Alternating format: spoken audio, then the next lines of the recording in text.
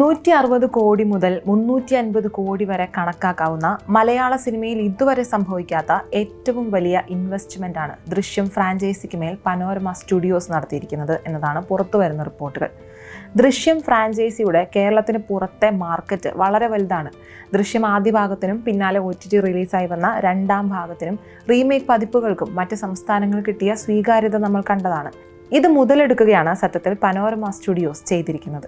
നിർമ്മാതാവിന് pre release ഘട്ടത്തിൽ തന്നെ കിട്ടുന്ന ലാഭക്കണക്കുകൾക്കപ്പുറം എന്തൊക്കെയായിരിക്കും ദൃശ്യം ഫ്രാഞ്ചൈസിക്ക് മേൽ പനോരമ പണം കൊടുത്തു വാങ്ങുന്ന അധികാരങ്ങൾ?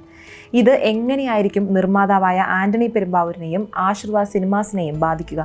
ദൃശ്യം 3യെ ഇന്ത്യയിലെ തന്നെ ഏറ്റവും വലിയ ഇന്റർനാഷണൽ റിലീസുകളിൽ ഒന്നാക്കി മാറ്റാനാണ് ഞങ്ങളുടെ ആഗ്രഹമെന്നതായിരുന്നു ചിത്രത്തിന്റെ ഗ്ലോബൽ റൈറ്റ്സ് കൈവശപ്പെടുത്തിയതിനു ശേഷം പനോരമ സ്റ്റുഡിയോസിന്റെ ചെയർമാൻ കുമാർ മംഗത് പഥക് പറഞ്ഞത്.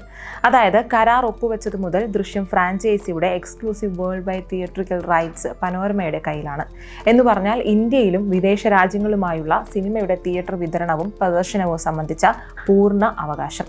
ഇതുകൂടാതെ ഡിജിറ്റൽ സ്ട്രീമിംഗ് അവകാശങ്ങളും സിനിമയുടെ OTT അഥവാ ഓൺലൈൻ റിലീസ് എപ്പോ, എവിടെ, എങ്ങനെ വേണമെന്ന് തീരുമാനിക്കാനുള്ള പൂർണ്ണ അധികാരവും അവർക്കാണ്. മറ്റൊന്ന് എയർബോൺ റൈറ്റ്സ് ആണ്. വിമാനങ്ങളിലെ ഇൻഫ്ലൈറ്റ് എന്റർടൈൻമെന്റ് സംവിധാനങ്ങളിൽ സിനിമ പ്രദർശിപ്പിക്കാനുള്ള പ്രത്യേക അവകാശം അതും പനോരമയ്ക്കാണ്. ഇനിയുള്ളത് റീമേക്കുകൾക്കുള്ള അധികാര പരിധിയാണ്.